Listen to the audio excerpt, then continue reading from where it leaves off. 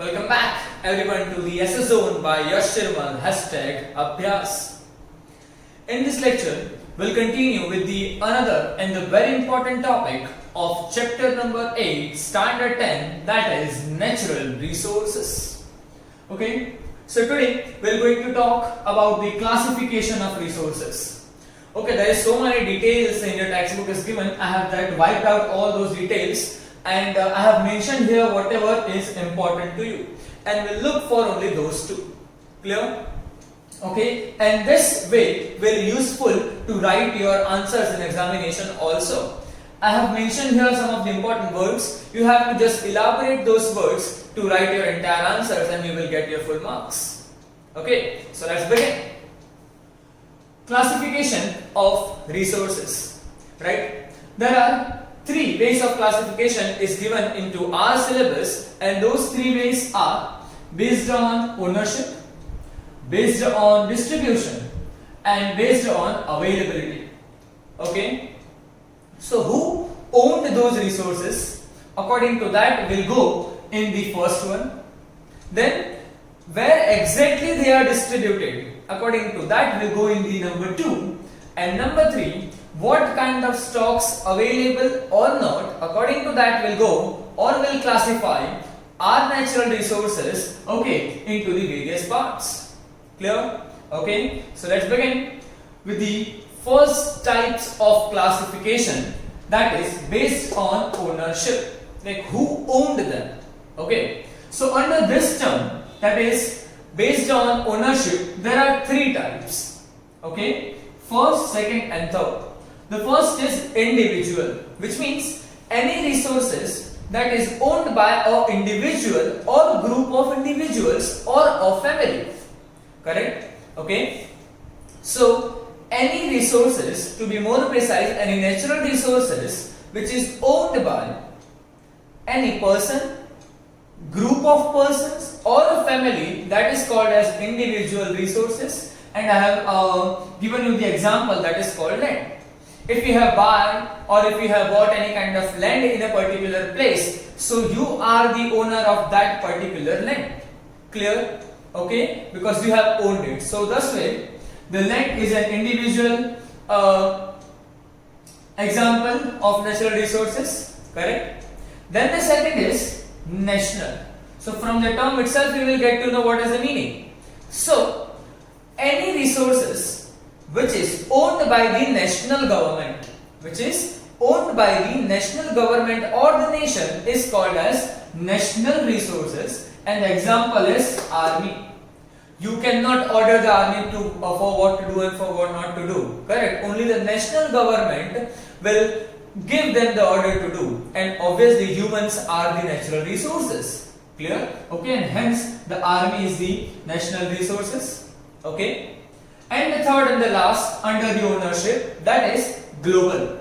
Okay, so global natural resources are those which owned by the many nations of the entire world, entire world, right? And I have given you the example, that is any global organization.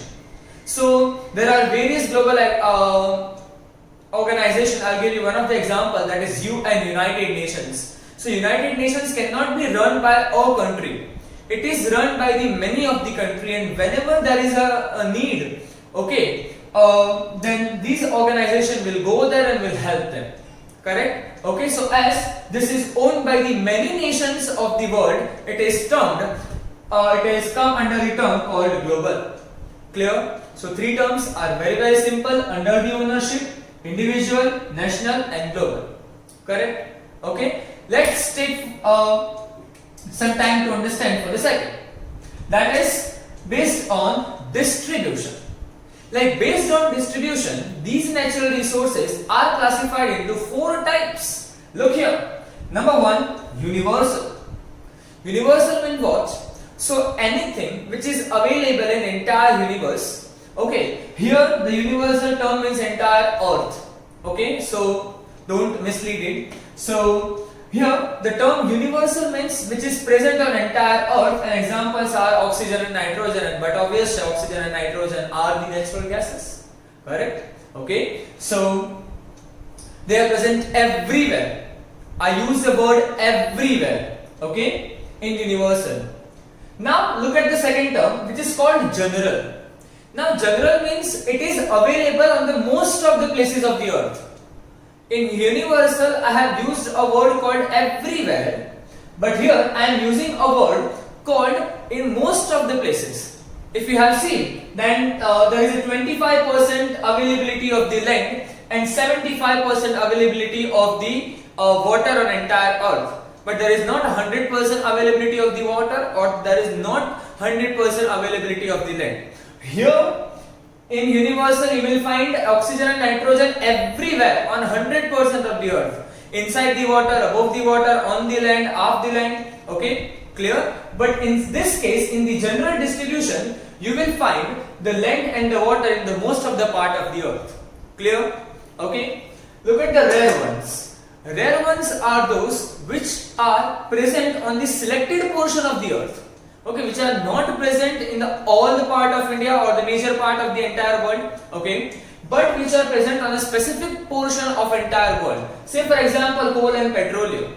Coal is present in some of the basic parts of India or of entire world, whereas petroleum is also available on the very specific portion. Say for example, United Arab Emirates states. Okay, in these states, in such kind of nations, you will find the huge amount of the petroleum, whereas the America, the Germany, okay, in these states you won't find the mines for the extracting out the petroleum. So that is the difference, that the coal and the petroleum like natural resources, okay, available on only the some of the portions of the world.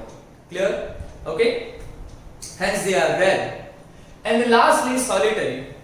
Solitary, which means that particular natural resources is available only on one or two parts of the world. I repeat, solitary are those resources which are present on the one or two parts of the entire world. And one of the example is given to, that is of cryolite. And the cryolite is one of the mineral which is present only in the Greenland. Only in the Greenland. Okay. Fiction, and hence it is solitary. And the last, very important, that is the third type of the classification, that is based on availability. Based on availability, there are two types of natural resources which are renewable and non-renewable. Renewable are those which can be used in the near future after using once, which means, let's take the example of simple water. If you have used water once, then there are plenty much water is available to use suddenly second time. I use the word suddenly, just to come after the second. Okay?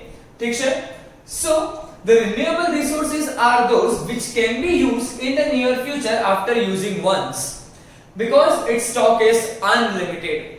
Let's take the example of solar, air, water, etc. On the other hand, the second are non-renewable resources and which cannot be used in the near future after using once, and because their stock is limited, okay, and once the stock is completely gone, then it will take some time to create that stock again. I'll give you the simple example, that is coal and petroleum. Okay, if once the petroleum on the petrol pump is completely dried up, okay, it's completely done, so it will take some time to refill it, right? So whenever you will take some time to refill, then it is called as non-renewable because its stock are limited, whereas where there is no time for refilling and it suddenly refills and it is available in plenty amount, okay, because its stock, as it is unlimited, comes under the term called renewable, and whatever is limited is come under the term called non-renewable. Clear? And the examples are clear to you. So that's it about the classification of natural resources. Thank you.